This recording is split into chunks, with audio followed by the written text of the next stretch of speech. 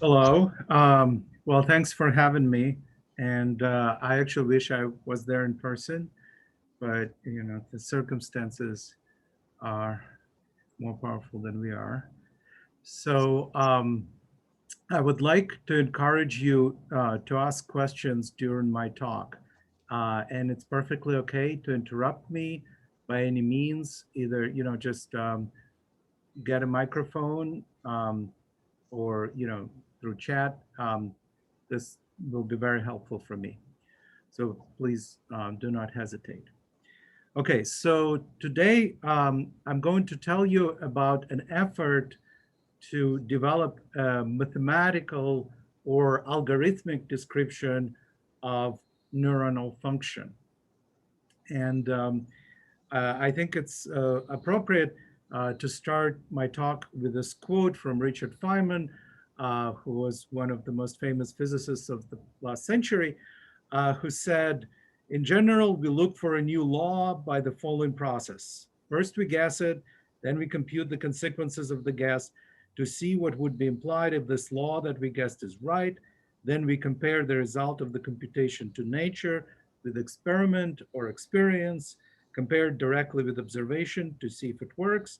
If it disagrees with experiment, it is wrong. That is all there is to it. Well, perhaps to a physicist, this sounds obvious, and this is exactly the process that led to the incredible success of physics over the last 200 years. But in biology, this approach is not, I should say, is not mainstream. And what we would like to do is to develop this kind of approach to understand um, the algorithms that neurons implement on the level of individual neurons or multineuronal circuits um, that are becoming available to us now. So this is the outline of my talk. Um, the first big difference, of course, as you know, between physics and biology is that, in physics, how do you guess a law? Well, often you guess a Hamiltonian or an energy function. And then you use that energy function, you optimize it, and by doing so, you derive equations of motion or dynamics of the system. And that's what actually describes the real world. And that's what you can compare with experiment to test if it works. How do you come up with an objective function? Well, you often use principles of symmetry to guess it, and physicists got really good at guessing good objective function and Hamiltonians. But in biology, it's a different matter. You can't just guess the objective function from symmetry because um, as was explained in the lecture by Professor Anokhin, if I understood correctly, that you cannot study biology without thinking about the function that the system performs. And so when one comes up with an objective function for biology, one has to make a guess about what the function is that that particular neuron or circuit implements. And that makes this guessing process actually more difficult and more interesting, I would say, than in physics. And so the first guess that we're going to use is we're going to be based on the assumption that the brain needs to represent the world, right? Like you sit in the room and you see the world around you. So obviously there's something in the brain that represents the world. And that's so-called reconstruction or decoding approach. And that historically has been developed, being developed 30, 40 years ago. And it had some major successes, but it also ran into difficulties. And I will cover that first. That's the first part of the talk.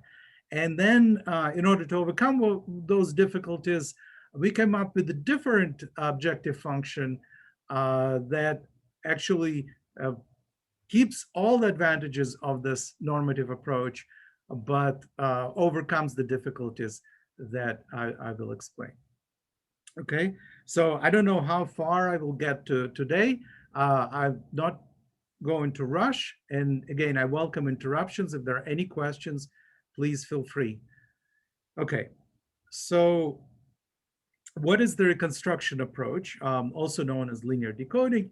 As I said, the brain needs to represent the sensory world around. And perhaps it's easiest to think about the visual world. So we're going to consider a sensory stimulus that you can see with your eyes, but actually just having the photons hit the retina of the eye doesn't make you see the world, right? There has to be some kind of representation in the brain. And we know that at least partially this happens in the primary visual cortex. So that's this image. Can you see my arrow? Yes. Okay. And so what is shown here is these blobs are individual neurons. And it has been known for about 60 years that each neuron functions almost like a detector, which responds to edges or contour segments of different orientation and location in the visual field. And so basically, you can think of what is happening in the brain as decomposing the image into the basis, but the basis is this weird basis of edges. So to put this in a mathematical form, we will represent images with the vector x, and so this is the bold faced x, and it has components x1, x2, and so on. And these components correspond to the pixel intensities in this red square in the image, okay? And so that's the image, that's the sensory stimulus.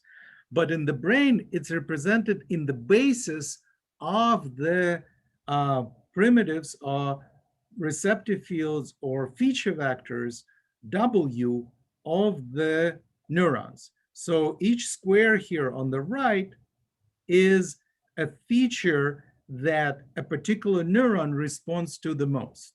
So in this case, it is a slanted edge, right? And if that edge is presented at this particular location, that neuron responds. And if an edge of different orientation is presented here, then the other neuron responds, and so on. But what you can do, if you have enough of those neurons, you can represent any image intensity in the square given by this vector as a linear combination of those feature vectors, okay, weighted by y, where y is the activity of the corresponding neuron, which normally would be a firing rate. But in this talk, we are not even be worried about the spiking nature of neuronal activity. We'll just describe it by real numbers. So this is basically like decomposing a vector into a basis, except that this basis is not orthogonal and may even be overcomplete. So strictly speaking, it's a dictionary. But anyways, if the brain were to do that, it could reconstruct the world in neuronal activity. Of course, this doesn't mean that there is a little TV in the brain, right? And there is a homunculus, watching that TV and then, pulling the levers and coordinated behavior. This is, of course, known as the homunculus fallacy. All I'm saying is that for you to have an impression of the world, you have to somehow encode the image that surrounds you. And one idea about how that encoding can be done is through those feature vectors of individual neuron where their activity weighs this particular features, okay? So this kind of reconstruction or linear decoding approach has been very, very popular because it actually had a lot of successes, a lot of interesting results that were that explained experimental observations. And so we will take this approach. Of course, it's only a partial description of the function of the brain, the brain needs to do other things like coordinate behavior, predict the future, and so on. So reconstructing the world is just one of the things that it must do, but not the only one. Okay, so we postulate that that's what the brain does. Now we have to write down an objective function. And because here we said that, the stimulus X is represented by this linear combination of feature vectors, then maybe we can write down an objective as a minimization of the mismatch or error in the reconstruction of the stimulus by its representation in the brain. Okay, and we square it so that all the errors are positive, and we minimize with respect to this feature vectors W, which is something that is encoded in the circuit, and the activity of neurons in response to each stimulus. And the stimuli are indexed by T from 1 to capital T. And so the sum has a lot of terms. Okay, so that looks pretty simple. And in fact, we even know what the solution of this equation is. Under some additional constraint, this formulation actually corresponds to what is called the principal component analysis, which usually is introduced in terms of finding the direction of maximum variance, but actually the two formulations are identical. And so if you have a two-dimensional input, it's very easy to plot what happens. So the data is this dots on a x1 and x2 plot, and there are many of them, and you need to find a direction W which maximizes the variance, or, which is the same thing, minimizes the reconstruction error. Okay, so if this is the direction W, to find the reconstruction error, you project each data point on W, and then the error is this blue interval, which is xt minus wyt, and you've minimized the sum of the squares of this axis, of this errors, then W will correspond to the top principal direction, which can be found as the eigenvector corresponding to the top eigenvalue of the input covariance matrix. So you compute the covariance of xt with xt, and then you do the eigendecomposition of that matrix, and the top eigenvector will give you the best W. So that's the solution to PCA that I'm sure you know. But what we would like to do, we would like to explore the hypothesis that this is the computation that is done by an individual neuron. Okay, so how can this be done with a neuron? Well, the vector X could be represented by the activities of upstream neurons, which is where this X1 is the first component of vector X, X2 is the second component, and so on. And so you have vector of upstream neuronal activities. And the output of this neuron is Y. That's the Y that we're talking about. And there would be a subscript YT to indicate that Y changes from time to time as different X's are presented. And maybe we can compute the Y as the principal component of the vectors X that are being streamed to this neuron by the sensory organs. Well, this is a good idea, but it isn't exactly how statisticians think about PCA, because statisticians, as I said, they would just take the whole data set and they would compute the covariance matrix and then do the eigendecomposition. A neuron cannot possibly do that simply because the neuron doesn't have access to the whole data set, right? The data set flows in real time, one data point at a time, and the neuron has to output Y, which is this principal component, without waiting until the whole data set is done. because by then the animal will be dead. So it will all be over.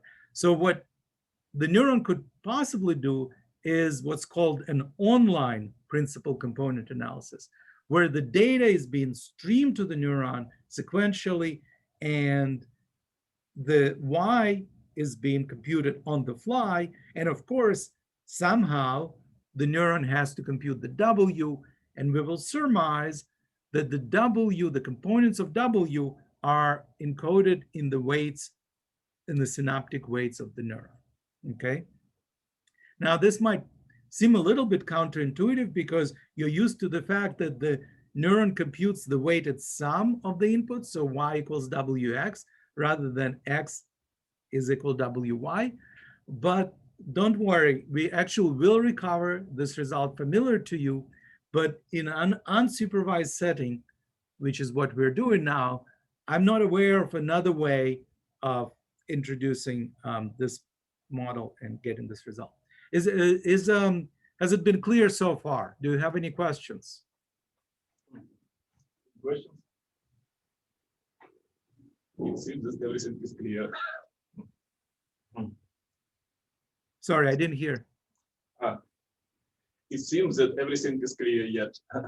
Oh, okay. That's good news. Okay, so so how can we? Is there an algorithm that would be able to compute this W, which is the first eigenvector of the covariance matrix, on the fly in real time, and output Y as you go along? It turns out that such algorithms exist, and one of the most famous ones was proposed by Oya about 40 years ago.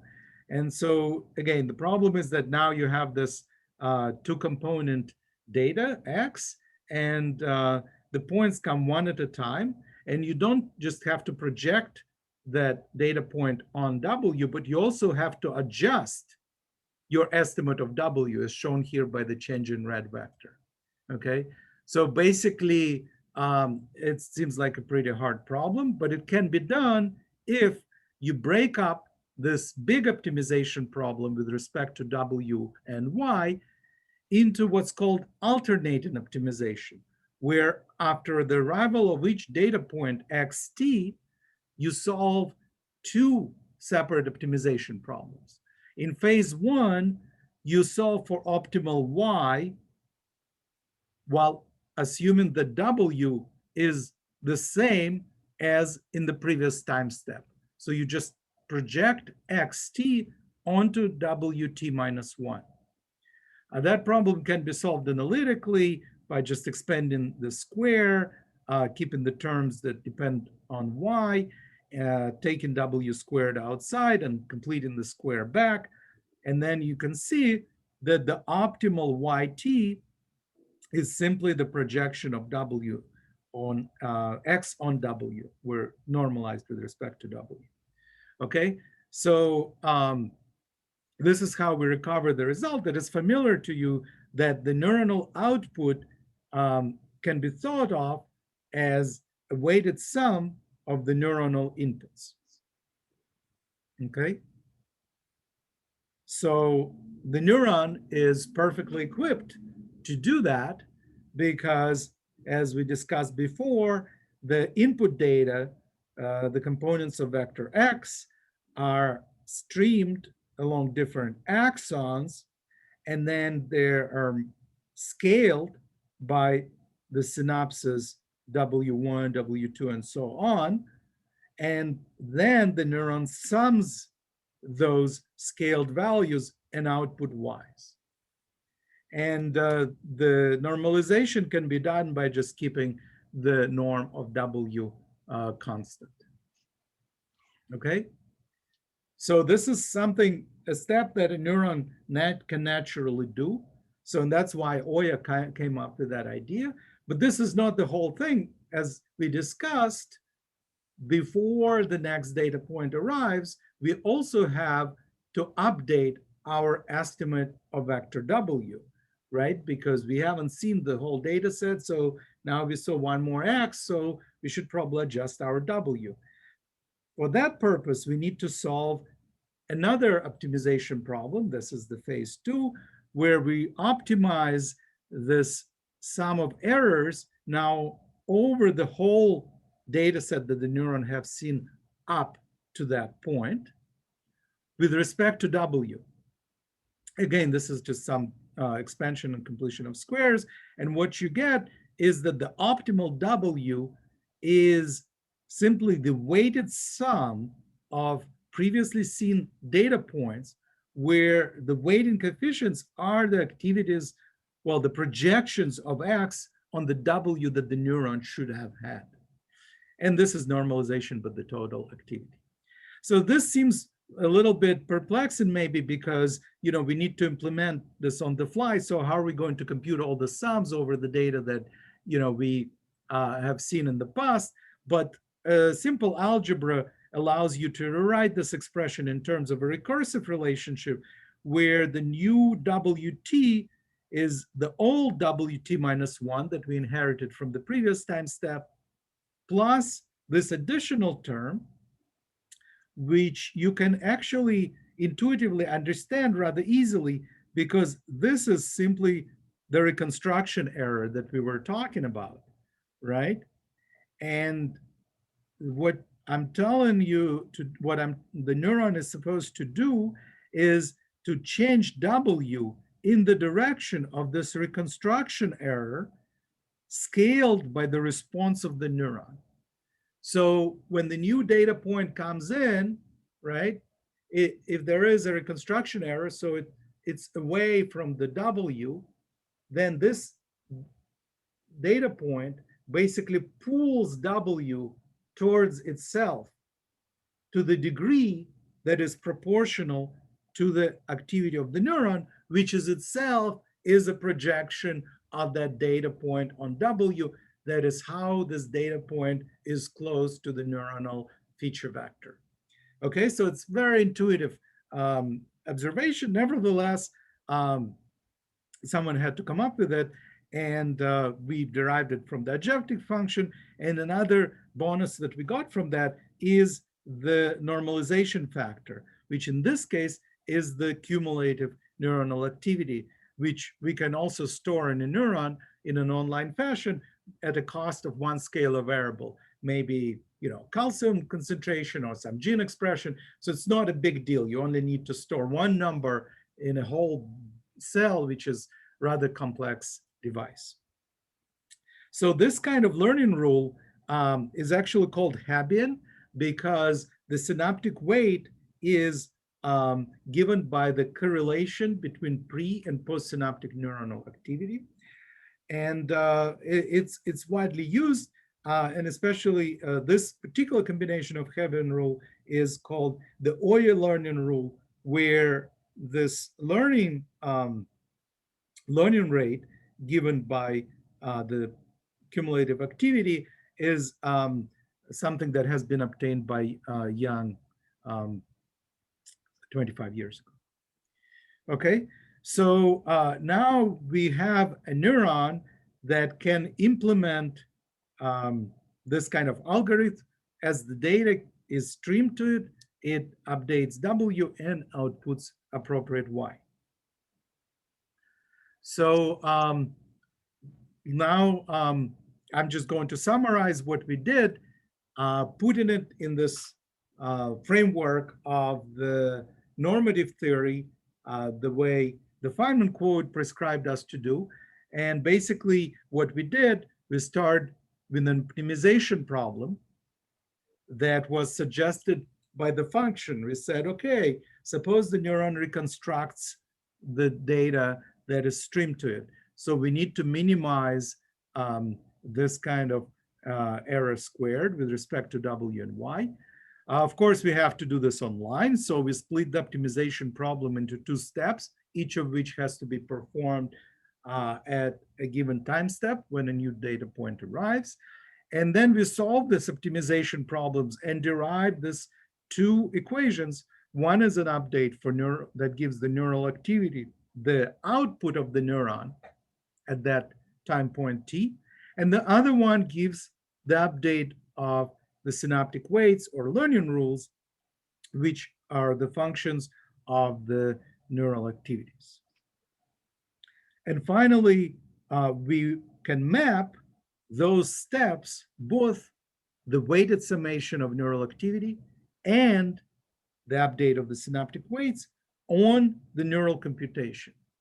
And what I mean by that, that we can map it, is that a neuron is suitable for performing this computation. For example, weighted summation is something that naturally happens in the dendrites after the input of upstream neurons is scaled by synaptic weights. You get the currents, postsynaptic currents, and they sum by Kirchhoff law. And once they're summed, you produce Y. The neuron produces Y rather. And W can also be computed naturally, because all that is needed to adjust W is the knowledge of the postsynaptic neuron activity, Y, and the corresponding presynaptic neuronal activity, X. So each component of W corresponds to the weight of a given synapse, and it has to know the activity of its presynaptic neuron. And both of those activities are available to a synapse, so it can easily do. And as I said before, you also need the total cumulative past activity that can be just stored in some kind of gene expression. But I want to emphasize something that might seem natural at this point, but is actually rather challenging. The fact that the synaptic weight depends on the activity of only two neurons that synapse connects, the presynaptic and postsynaptic. And that's all that is needed to update the synaptic weights. This is why we call this rule local. And so Hebbian rule is one kind of a local learning rule. But this kind of constraint is actually very stringent, because there are many algorithms and learning rules that do not satisfy it. For example, the most famous algorithm now is the deep learning backpropagation. And the backpropagation algorithm is non-local. So even though they call it a deep neural network, that neural network cannot possibly be implemented in the brain. Because if you look at the backpropagation learning rule, it requires a synapse to know the error gradient that is not available to that synapse, because it's not represented by the activity of the two neurons that synapse connects.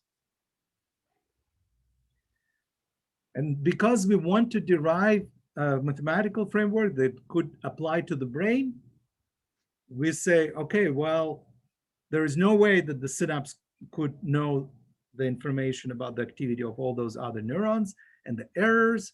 And so it's not possible that the brain implements deep learning in the sense of the backpropagation algorithm. And that's why we started pursuing this direction, deriving this kind of algorithms from objective functions, sort of following what Feynman said, and trying to get to the computational framework that satisfies the constraints imposed by biology. So this is a good point for me to ask for questions.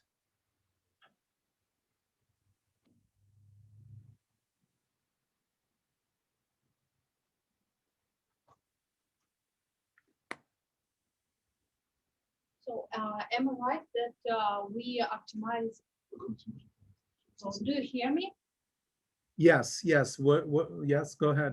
Am I right that we optimize first of all W, then Y, then again W, then Y, and so on? Yes, yes. This is alternating optimization. So we go back and forth optimizing.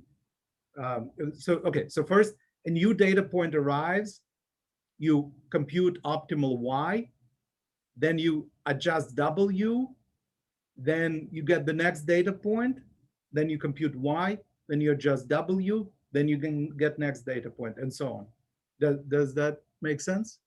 Yes, thank you. Of course, I should also say that, this is a mathematical description. In reality, neurons operate in continuous time. So all those processes are happening in parallel, but it's actually not that hard to convert discrete time description into continuous time. So we kind of envision that in reality, this is all happening in parallel. Any other questions?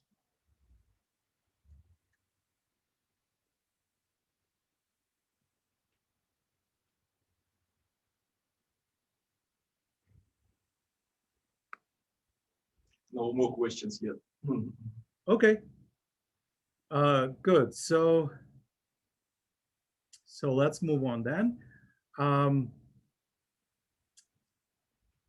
Now that we got some predictions, if I'm going to stay true to Feynman's quote, we have to test them experimentally. And the first prediction that we can test is the one that actually came from offline PCA, but that doesn't matter. We expect the online algorithm to find the same thing, which is that the synaptic weights, sorry about that, that the synaptic weights of a neuron, the vector of the synaptic weights, corresponds to the eigenvector, which corresponds to the first top eigenvalue of the input covariance matrix. So can we test this prediction? It turns out, well, it might sound simple, but it's actually very hard, right? Because you need to know all the inputs that the neuron have seen and compute the covariance, and then compute the eigenvector and the top eigenvector, and then compare it to the synaptic weights. So, it may sound simple, but experimentally, it's a very difficult challenge for neuroscience. And only recently, something like this has become possible, and only in simplest possible systems. And so one such system is the olfactory system of a fruit fly larva. So, before fruit flies become flies, they actually look like little worms, pretty disgusting, but they actually can smell pretty well. And the way they do that, they have 21 olfactory receptor neurons. So there's 21 cells, 21 neurons, each of which has a different olfactory receptor. That means that it has a different molecular selectivity. So it has a different feature vector and responds to its particular set of chemicals. And there are 21 of them. And whenever a smell is presented, some subset of those neurons responds, and the information is being sent downstream to the brain, but not before it passes through this interneuron, which computes a weighted sum weighted by W and subtracts it from the outputs. So it kind of takes out a redundant part of the data. And so what has been possible is two experiments have become possible in the last decade. And my group was actually involved in enabling these experimental technologies. One is mapping out the circuit, and not just which neuron connected to which, but also the synaptic weights of those connections.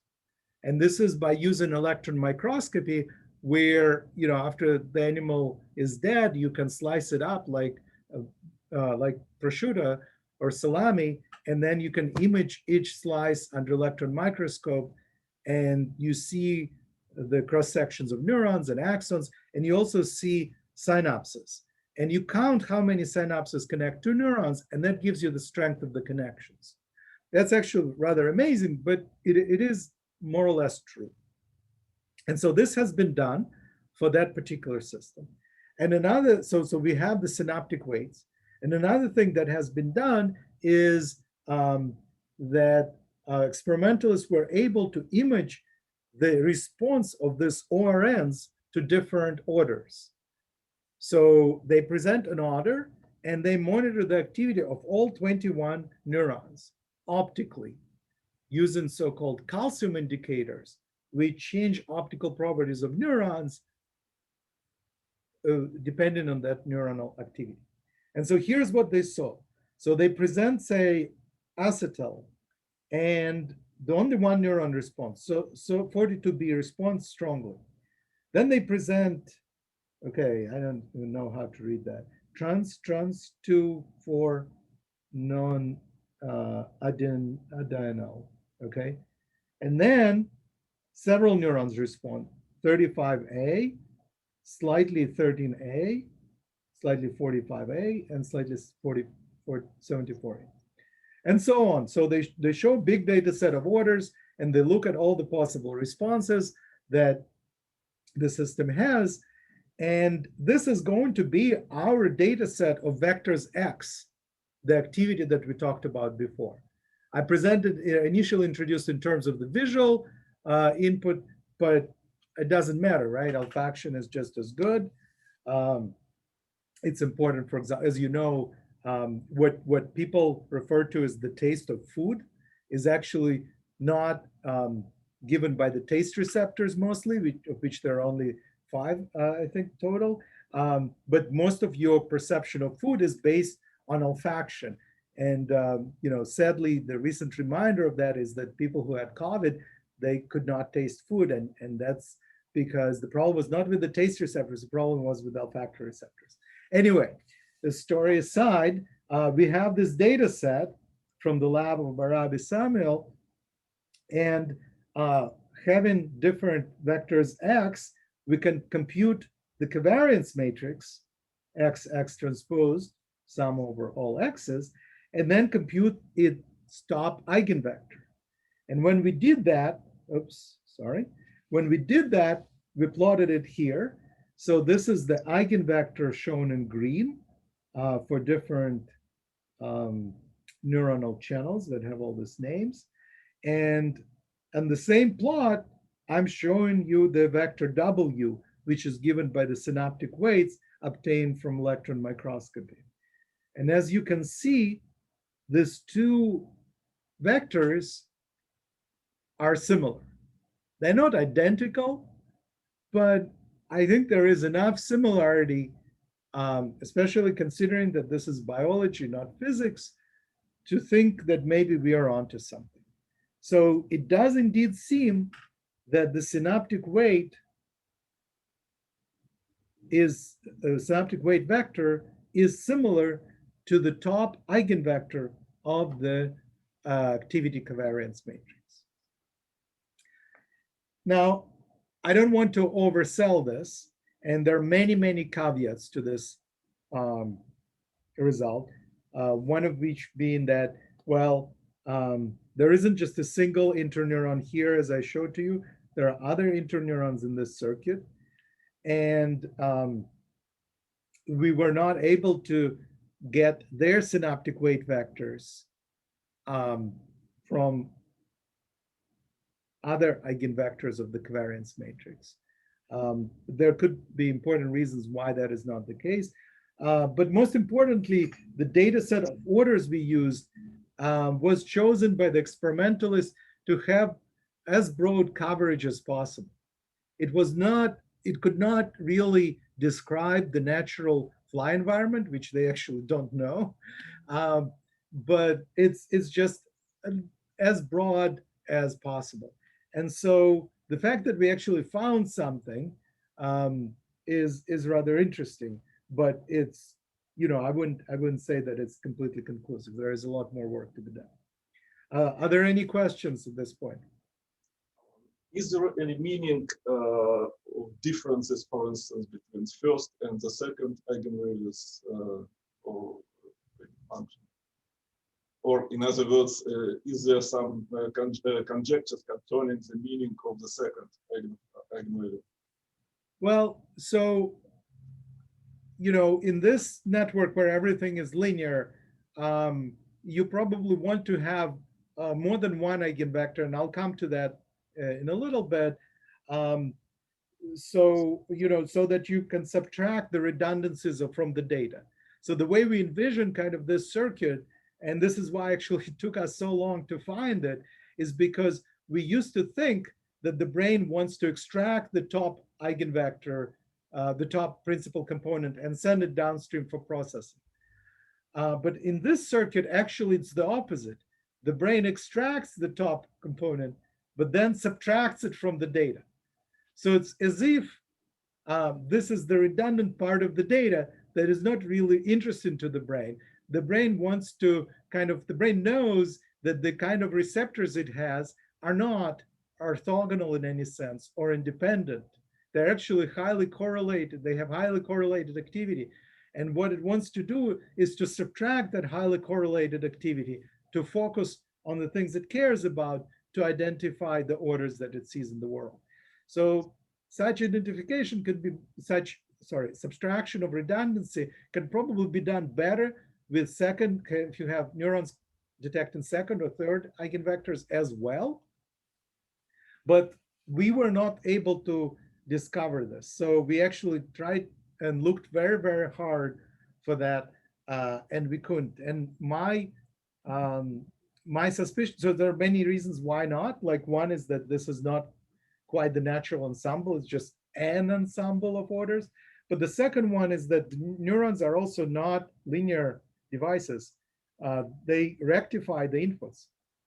And so it's not even clear that PCA is exactly the right description, and eventually we'll get to what we think is a better description. Did I answer your question? Yes, thanks.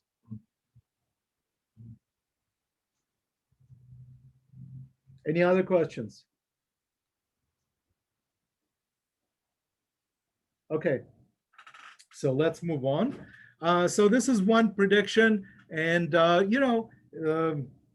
ballpark is kind of okay, so we can move on. The second prediction that we had is actually due to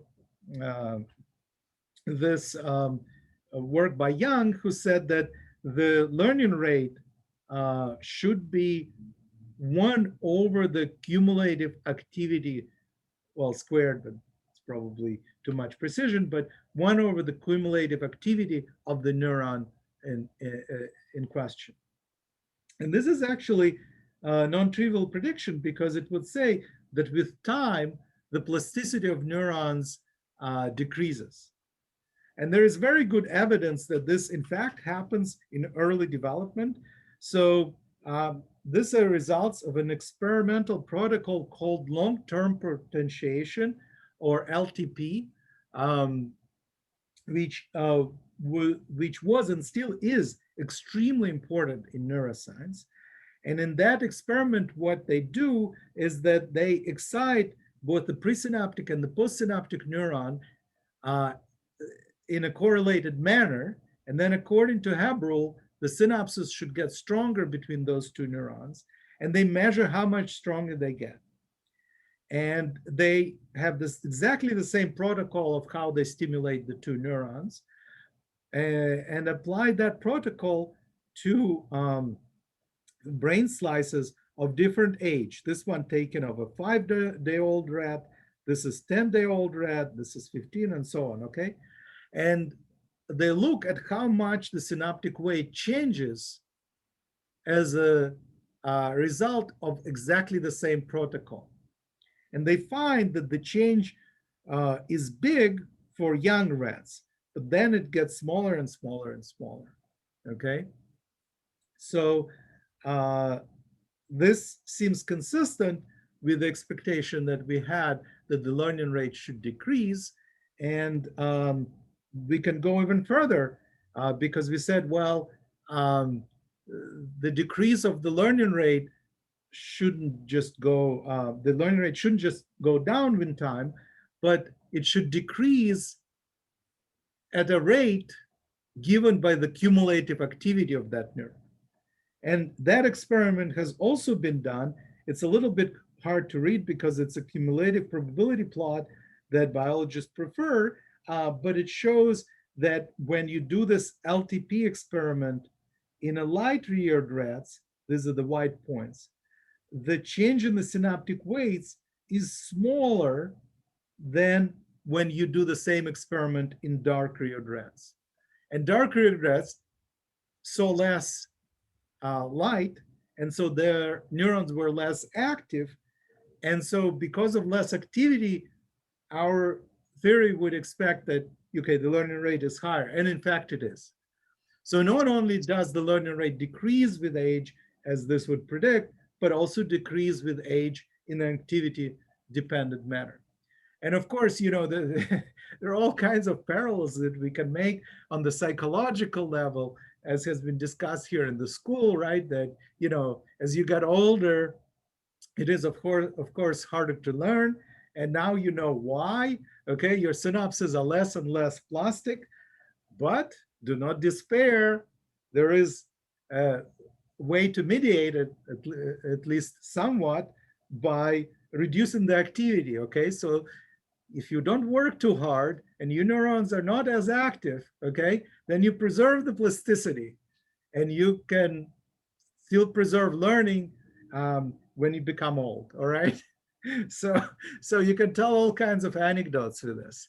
Again, as always in biology, I do not want to oversell the results of this comparison, okay? And so this is nice that such data exists, but actually the same experiment, the same paper shows that in a different pathway of these rats, the learning rate did not decrease with age and stayed the same. Okay, so that of course contradicts what we suggested here, but it's also relatively easy now that we have a framework based on the optimization function. It's relatively easy to modify it once we think about this a little bit, because what we assumed in deriving this algorithm, the OI algorithm, we assumed that the data, the whole data set, comes from the same stationary distribution generated by the same W plus noise. But that doesn't have to be the case. And in fact, in life, it's often not the case. The world is not stationary. The world is constantly changing over time. And so the data the brain is receiving is generated not by the same W with the Gaussian noise, but it's generated by the time varying W. And so if a neuron were to represent that, it would better forget the old data points. And this can be easily done in this framework by saying that the W should minimize the cost function, where you have the sum of the error squared. This is the same reconstruction error squared, but they are discounted over time, so that the old errors are less costly in this sum. And what that allows you to do is to modify your W as the data keeps changing. And if you grind through the algebra, what you find is that the update rule for W has a similar form, but now in this sum of activities, instead of summing all the past activities with the same weight, you discount the activities that are far into the past, okay? So basically that gives you the exponentially decaying influence of past experiences on the W. And that allows you to forget the past W that may be not relevant anymore today, and to learn the new W with the same um, with the same learning rate. So And in fact, it could be that these two pathways where the LTP experiments were done, um, in fact, are evolved to solve these two different problems, because the black dots correspond to the inputs um, from the olfactory bulb in a rat. Sorry, my pen is dying. Oh, my battery is running low. Okay, sorry, 1 second.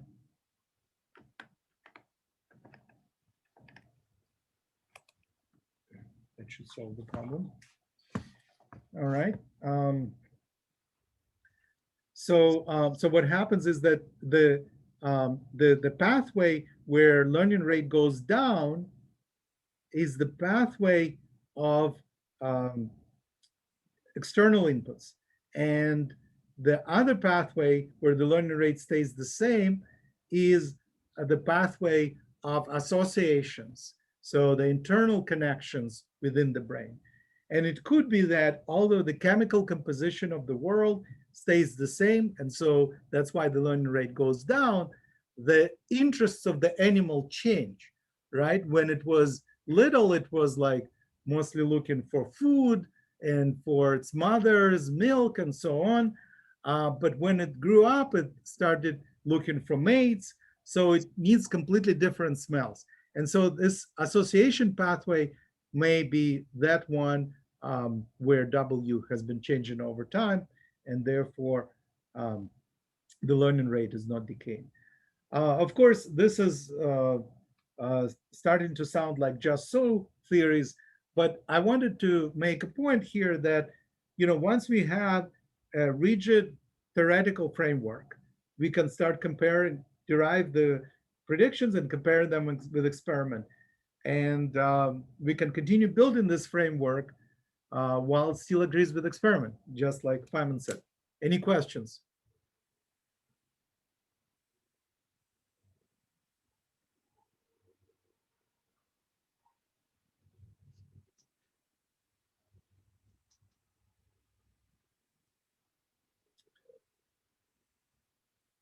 Okay, there are no questions. Let's move on.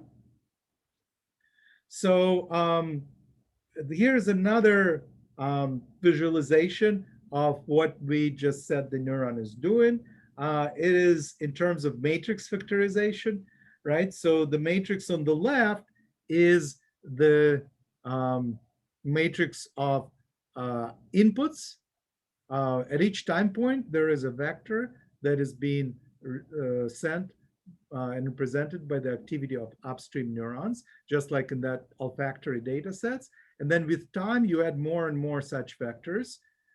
And what the neuron is doing, it represents or reconstructs that data matrix as a rank 1 factorization of the synaptic weight vector W and the activity vector Y, which changes with time.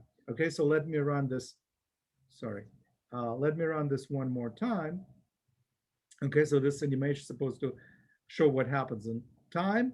As you can see, Y extends, but also W was flickering, supposedly indicating that the vector W is getting adjusted over time. So you can think of what a neuron is doing is performing online matrix factorization. And this is just basically reformulation of what I told you before, but it will be useful in a little bit. So now, of course, we have to confront the issue of we have to confront the issue that the brain contains more than one neuron. And most decent data sets contain more than one principal component. Alexander's question indicated you need to have multiple principal components. You can't do much with one top principal component.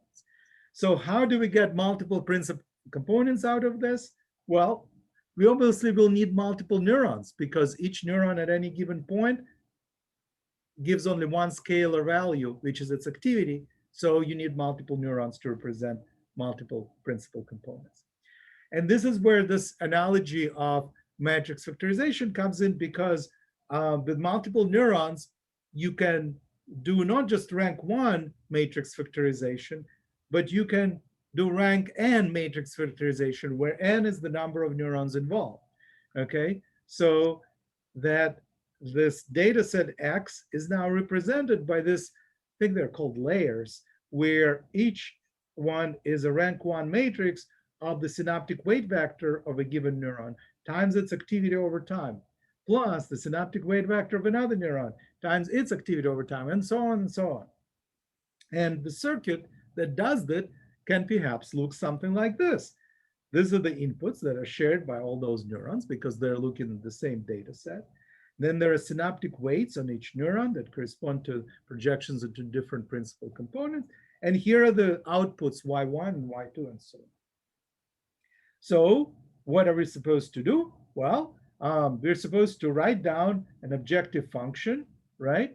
And optimize that objective function with respect to the activities of all the neurons. Now, Y is a vector, even at each time point, and W is now a matrix because it consists of different synaptic weight vectors. And when we do that, we can hope to get the decomposition of the data into multiple principal components. And in fact, we can do the algebra just like we did before. We formulate this problem in the online fashion, and then we solve it. And then now the first phase of neuronal activity is given by the old familiar term Wx, but in addition, we have another term, which is this minus Gramian of W yt. Why is this term here? Well, mathematically, it's obvious where it comes from. When you differentiate this cost function with respect to y, the quadratic term would give you this, right? So that's why it's here. What is the functional purpose of this term? Well, actually, it has to be there because if it wasn't there, and if you only had just the first term, then because each neuron will presumably have the same learning rules, each neuron will learn the same synaptic weight vector and will project the data on the top principal direction and will output the same top principal component. So what this term does is actually very important. It implements competition between neurons by means of those lateral connections, right? Because they connect Y to Y with this coefficients, the synaptic weights that are elements of the matrix, of the Gramian matrix of W. And basically, if one neuron responds strongly, it suppresses all the other neurons. So they compete for representing the data. And that's how you can get different synaptic weight vectors encoded in the synaptic weights of these different neurons, so that they represent different principal components. So it's all natural. Okay, now let's derive the synaptic weight update, the learning rule. Again, we do the same thing as we did before. You can just take a derivative with respect to W, and this is what you get. The first term here is our old friend, the familiar Hebbian update, which is just the covariance of the pre and postsynaptic neuron activity. I explicitly wrote down the subscripts because it will become important. I and J are the subscripts corresponding to pre and postsynaptic neurons. So the postsynaptic neuron I times the activity of the presynaptic neuron J, and time T, and this is the update. This is fine. But here, this term is horrible. Why is it horrible? Because it tells you that the update for the synapse connecting neurons I and J involves the activities of all the neurons K in the system.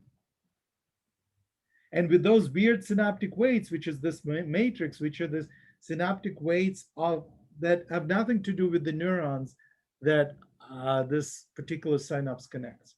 So this synapse IJ has to somehow learn not about just the activity of the two neurons that it connects, but about the activities of other neurons in the system with some weird weights, and somehow factor this all into its update.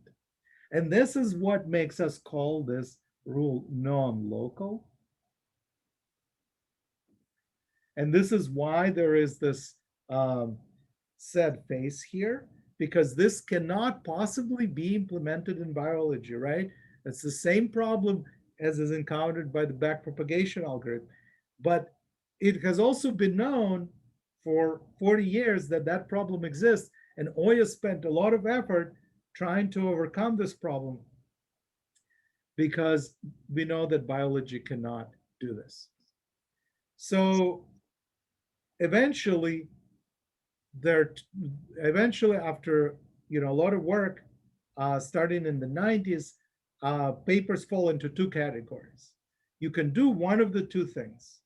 Either you say, okay, I derive my learning rules from the objective function, then I know for sure what the network really computes, right? That's the advantage of the normative component approach. We know what the network computes if we derived it from the objective function, because we can solve it offline, find that it's an eigenvector or whatever, and then run it online. So these are the papers that adopted a normative approach. They derived the learning rules, but those learning rules were non-local and therefore could not be implemented in biology. The other group of papers said, no, non-local rules aren't possible in biology. And so they heuristically came up with learning rules that were local, and then tried to prove, usually through numerical simulation, that they compute something distant. Okay, so this is what was happening in the field, and I was deeply unhappy about this. And I thought that if we really believe in this normative approach, and we believe that this is what the brain does, we should be able to derive learning rules from a principled objective function, but make sure that the learning rules come out local. Before I tell you what we had to do, I should also mention that there is a workaround, and this workaround has to do with adding a second layer of neurons and then making a two-layer network that actually can be derived from this exact objective function and does give you local learning rules. And we initially were fans of this objective function, but the more we compared its predictions with experiments, the more we decided that this doesn't work and there has to be a different way.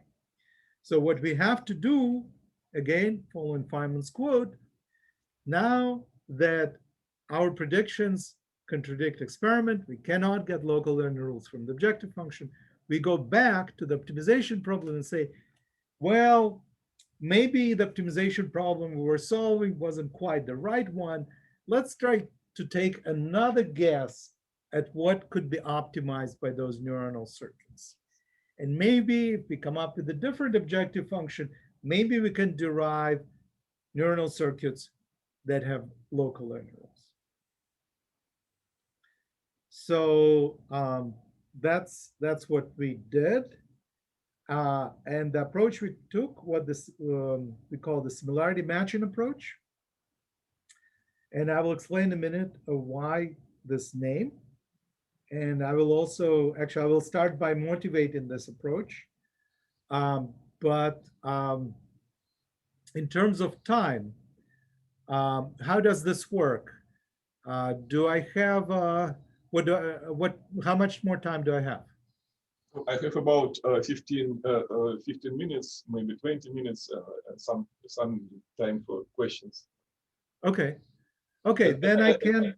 And actually, there is some question in the chat. Oh, sorry. Dmitry, I have a question. Why neurons have to compete for data streaming, for data representation? Why do they have interconnections between them in one layer, one single layer? Here, here. Right. So if there were no interconnections, just like shown here, then the problem is that the learning rules that are implemented by each synapse are presumably the same, right? the activity that comes to those synapses comes from the same upstream neurons. So it's also the same. So therefore, the synapses of this neuron and the synapses of the other neuron will learn the same direction in the data space.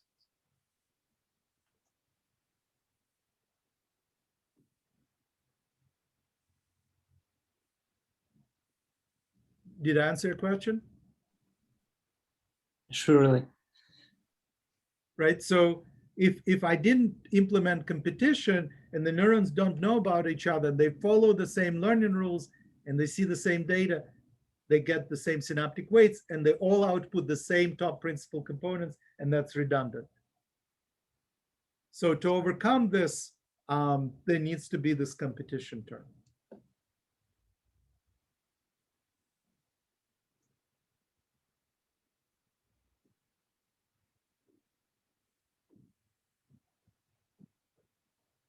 Any other questions?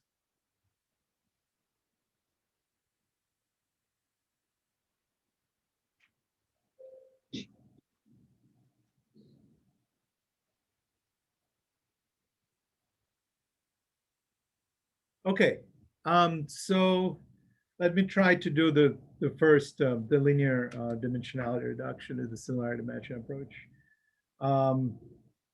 in the time remaining. So where does similarity matching approach come from? Well, actually, the way I came up with it is just by reverse engineering. I want to have local learning rules, so I worked backwards to construct an objective function that would give me the learning rules I wanted. And okay, it was missing some terms, so I added the terms for it to have a full square. So I came up with the subjective function. But later on, I learned about a very interesting experiments that actually are very useful in introducing the concept of similarity. So what this experiment is actually comes from a functional MRI, right? So they put a human in a scanner and they record the activity. Well, these are not individual neurons, but individual voxels, which is actually, 10 to the 4, 10 to the 5 neurons. And then they have the activity vector in response to presentation of each of those images. Okay, so there are faces, animals, body parts, household goods if you live in the United States, stuff like that. And basically what they compute is a correlation or scalar product of the activity vectors between the all possible pairs of visual stimuli, right? And then, in the intersection of the two stimuli, that's the scalar product of their activity vectors or the similarity, right? So in this diagram, the more similar the activity vectors are, the bluer the color. So the more similar, of course, the vector is to itself, and hence the diagonal.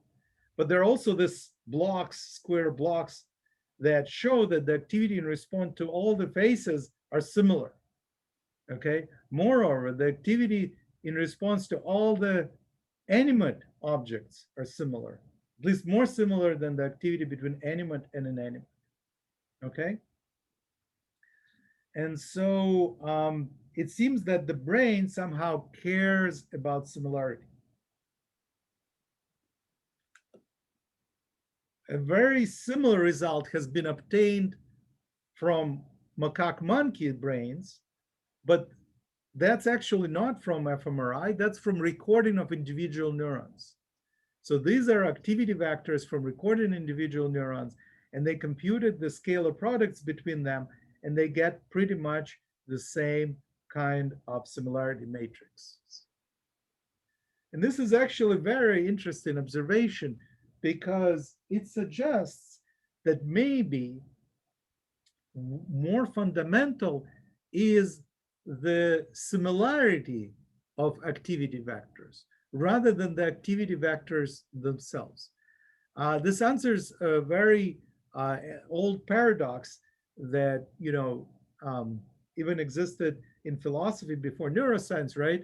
That how is it possible that we all can communicate with each other and we all understand the same concepts? We all see the same concepts under the same words, right? So, if I say the word red, how do you know that my red is the same as your red as somebody else's red, right? It cannot possibly be, because there is a red neuron in your brain that is connected exactly the same way to all the other neurons in your brain. So if you do the connectome of different brains, you can identify that neurons.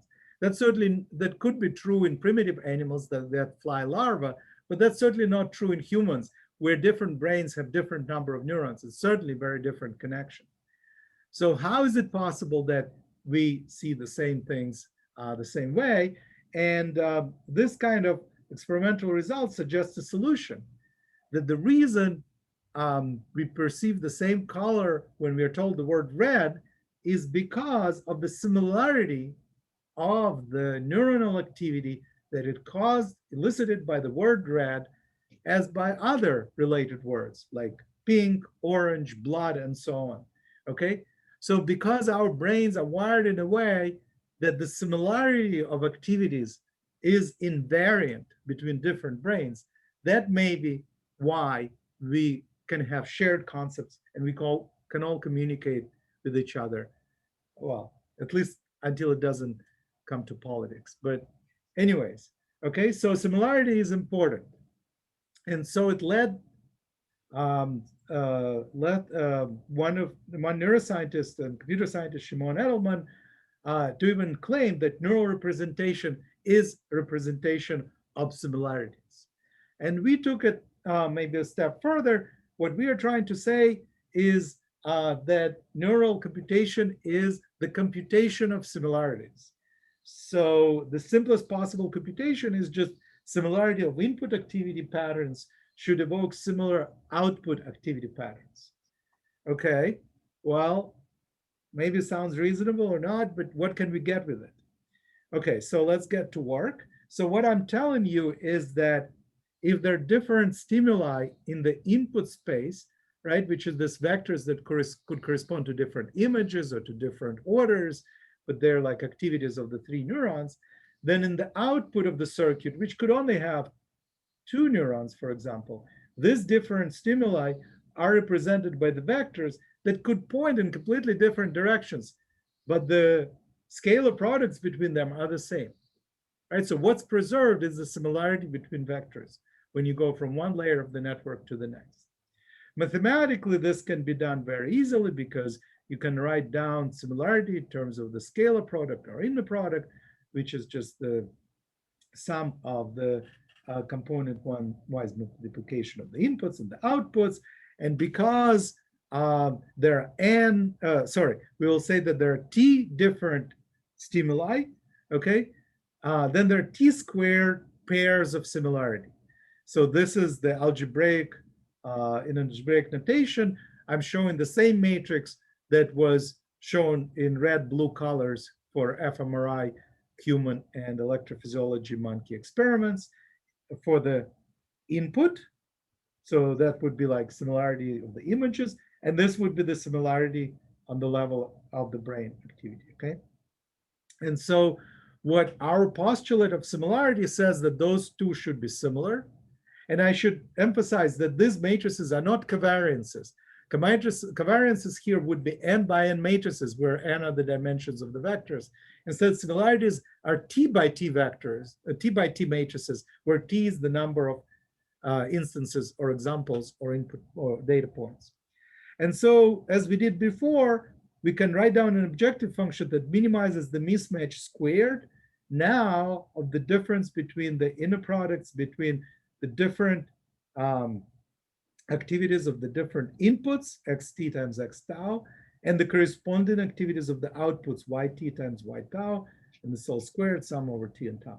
So what we're going to do, according to Feynman's prescription, is to adopt this as our new objective function. We're going to optimize this with respect to y for a given data set x. In fact, it has been known for a while that this objective function is almost principal component analysis. If you do this, when the dimensionality of the output space is smaller than the dimensionality of the input space, you get a principal subspace of the input covariance matrices. You cannot guarantee that your outputs have the same basis because you can rotate basis, you can multiply it by any orthogonal matrix, and you will not change this the value of this expression. But the subspace is the same. So it has been known and used, particularly in multidimensional, sorry, what is it called? Multidimensional, sorry, I'm blanking the name of this approach. Anyway, in the dimensionality reduction approaches, this has been used to represent the data in the lower dimensional space. But we are going to use this as our new objective function to derive neuronal circuit. This might seem like a very strange choice for the objective function for neuronal circuits. First, because we have to, remember, we have to do this online, right? But how do you do this computation online if each of those terms takes data points from different time steps? So where do we get them from? We cannot store them in neurons, right? Like before, we can only have the immediate instance, the data from now, not from 10 years ago. So how can we solve this problem? And this was our contribution, that we were actually able to find an online algorithm that optimizes this objective function by performing a very, very simple, for a physicist would be embarrassingly simple trick, where we noticed that the terms in this objective function, just like the cross term, for example, we can rearrange the variables here so that the sum over tau can be taken inside, okay, of the sum over t. And then this sum will be just the estimate of the sample covariance, right, between the output and the input. And because this sum is a sample covariance summed over large number of data points, okay, it doesn't change much from time step to time step, at least once you've had a few time steps. And so we can do the same trick and take this W value from the previous time step, find the optimal Y, and then adjust the W, just like we did before, okay? And so this is the algorithm that does that, okay? When the new data point arrives, we compute the Y by iterating this kind of expression where WYX is a normalized covariance, which comes from here, and WYY term is just like those competition connections, but they come from the quartic term here, okay? So we can perform the same trick on the YT, Y tau, YT, Y tau term, and then we will call WYY the covariance between Y's that we will take from the previous time step. And this can be performed by this kind of circuit that looks just like the previous one, okay, with these cross connections that implement competition that keep those principal components decorrelated, the activities of the neurons are decorrelated. But what we gain from this approach is that the learning rules that are derived from this objective function, and you can get them simply by noticing that WYX is this covariance, just like before, but now, even for multiple neurons, when we compute the recursion, there is no term that involves the activity of all the other neurons. And therefore, the update of a synapse between neurons I and J relies only on knowing the activity of neuron I and neuron J, neuron I again, and that particular synaptic weights. There is no sum here, as we had before over K, right? Before there was a sum, and that gave us grief. Now there is no sum. And so this learning rule is local and therefore biologically plausible. In addition, we got a learning rule for the lateral connections, which is very similar, but those connections are taken with a minus. So we call this rule anti-Hebbian. What I should probably say is that if we only have one neuron, then we would get exactly the same learning rule as we had before. So we keep all the nice things of the OIA approach, the comparison with experiment that we tried to do, that all stays and that all lives and that all strengthens our approach. But now we can do the dimensionality reduction with multiple output principal components using only local learning rules. So that was the main result here. We published it about 5 years ago. And this has then led to other developments. But I think for today, I should stop here. And yeah, that's all I want to say about this, and ask if there are any questions. Okay, so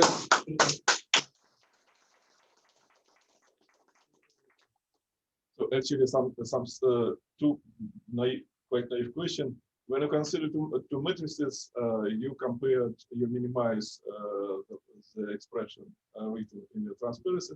But in principle, it's possible to minimize the difference between the spectral density. We have two matrices.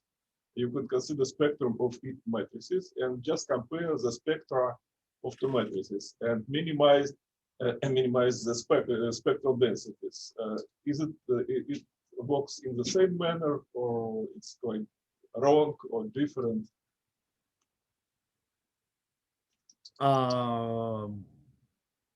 Off the top of my head, I don't know. I mean, as you know, you can, the cross, you can write down the cross term, and then the cross term will give you the sum of the eigenvalues as its minimum value.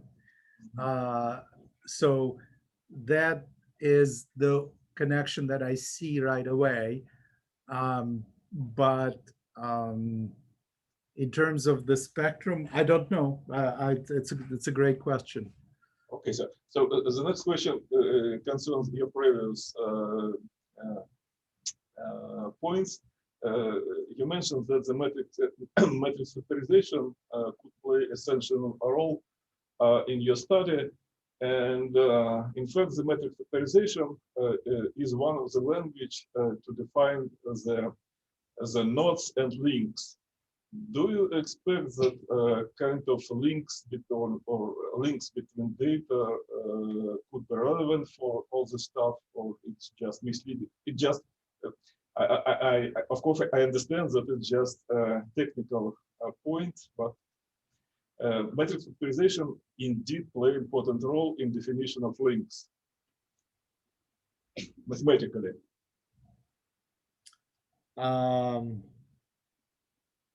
I'm not sure I understand what you mean by links. Oh, okay. You could consider nodes the conventional, the usual nodes, and when you consider links, we have several components, just conventional links. But here, matrix factorization is just language, one of the languages to discuss the linking between components. I understand it's a mathematical issue, but maybe it could be relevant for all the stuff.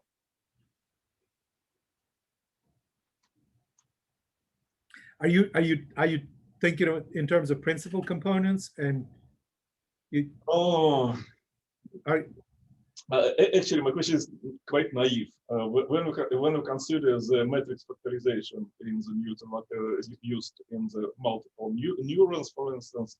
The expression you have a product of different metrics, and in some sense, such product of metrics can parameterize mathematically some links.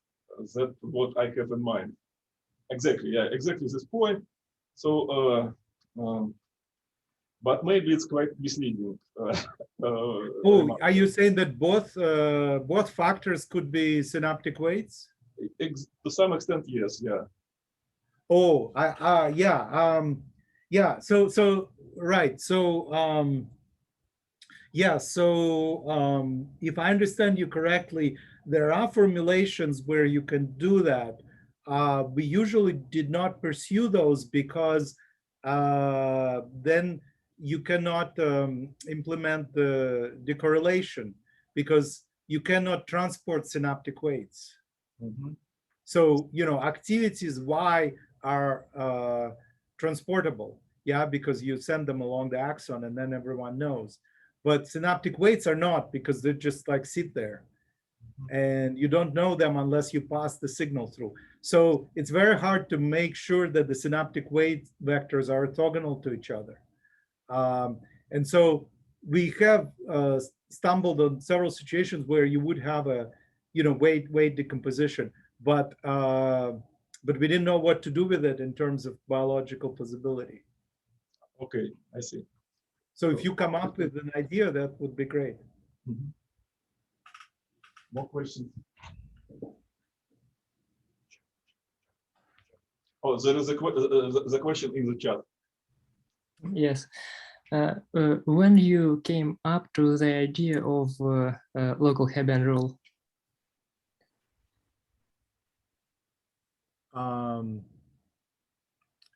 Sorry, when did we come up with this? Are you asking what time? Repeat question, please. Yes, yes. When you came up to this idea, the idea of local Hebbian rule? When was it happened? Well, so the paper was published about, I think 5 years ago, but maybe the idea was 7 years ago. Yeah. More questions? I think another one in the chat.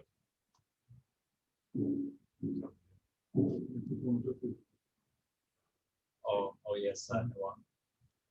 Yeah. Yep.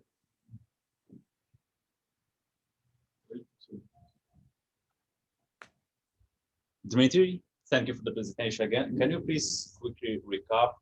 I didn't quite get why we obtained a local learning rule through the adding another layer, I guess, another weight matrix. Since in the first instance, a few slides ago, we had a single one weight matrix W, and we got no local learning rule, I guess. And after we introduced the second inhibitory, I guess, weight matrix YY, we got local learning rule. Could you please recap why we get that? So are you comparing the single neuron result with multi-neuron? Or are you comparing the similarity approach with the reconstruction approach? I guess you can go back a few slides before this one. Right. It So was, that's where, yeah, that's when the learning rule was local. yeah. So everything was okay for one neuron. Okay. But then when we want to have multiple principal components, not just top one, but multiple, then we run into trouble because of this term. So because you have to have the sum. Okay, it became too messy. Let me erase this. Okay, so in this, you have the sum, and this sums over activity of all other neurons. Now imagine you only had one output neuron. That means that K goes from 1 to 1. So then this term wouldn't be a sum. This would be a single term and would only contain the activity of that same YY. YI. Yep. So it will become local for one neuron. And how we mitigated that by introducing the matrix in deriving a neural network slide. So I got that here. Yeah. So well, So, Yep. but this came from the objective function, which is reconstruction, right? So Yeah. vector x, each vector, data vector x, is equal to W matrix times vector y, value y. Yeah. But if you substitute it with the similarity-based objective function of this sort, which actually, weirdly enough, doesn't even contain W. The W appears as a covariance. Okay, then you kind of separate these two interactions. Okay, because the cross term, the XXYY term, gives you the feed-forward connections, the blue ones. The quartic term, which is the sum over t, sum over tau, yt times y tau, yt times y tau. Okay? Okay. That's the term that will give you the lateral connections, because what we're going to we're going to move y tau over here, right? Because you can write it as yt transpose y tau transposed yt, right? That's the same thing as here. And then sum over t. And then we put in the sum over tau in here. Okay? And then this will become our lateral connection weights. But they're exactly Hebbian, well, minus Hebbian, so we call them anti-Hebbian, just like the feed-forward ones. So there's no problem there.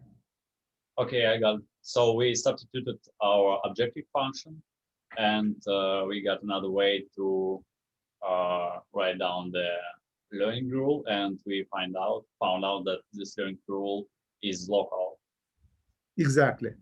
Exactly. So the objective function is different, but it has the same optimum. Okay, okay, great. Thank you. Thank you for the explanation. Thank you for the question.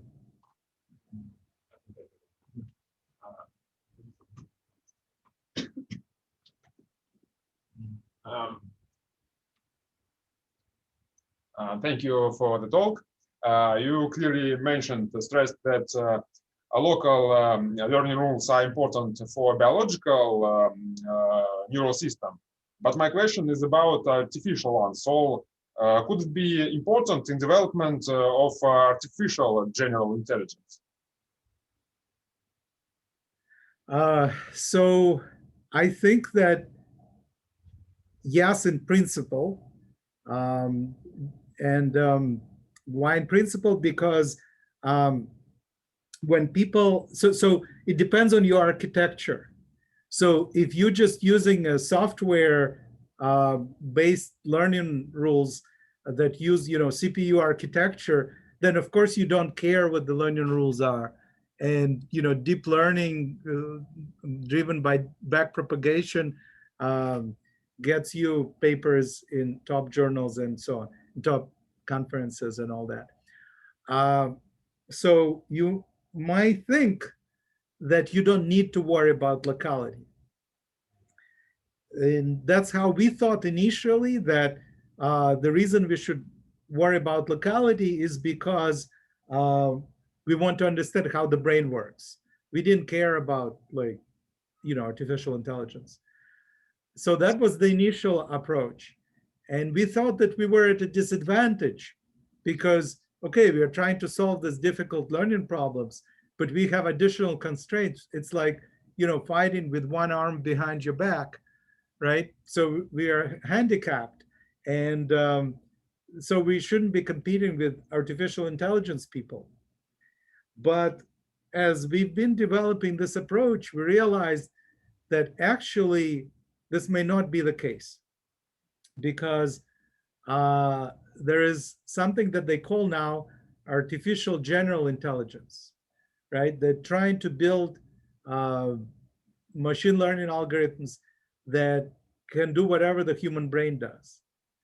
And there is very little progress in that direction because, the current neural networks, deep learning networks, they can do certain tasks very well, but they cannot do a lot of the things that like a 3-year-old human can do easily, they cannot do. And that suggests that the human brain has some secret sauce that the artificial intelligence world is missing.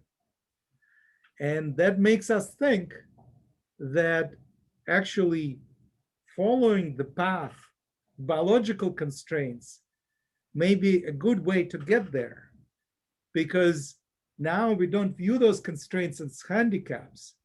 We view them as guardrails, right? That lead us in the right direction. Because there's no reason why artificial intelligence people couldn't have derived something like this. But they just didn't, because there are a lot of things you could derive. There are a lot of objections, functions you can think of. And so it was only because we tried to emulate the brain that we got there. And so now we actually build up some confidence, and we actually think that we may come up with some very competitive artificial intelligence algorithms that will beat the ones that are designed without constraints in mind. Thank you. Okay, so more questions? So thanks, Dmitry, once again for the beautiful talk. Thank you. We'll have another lecture from you. Okay, so great.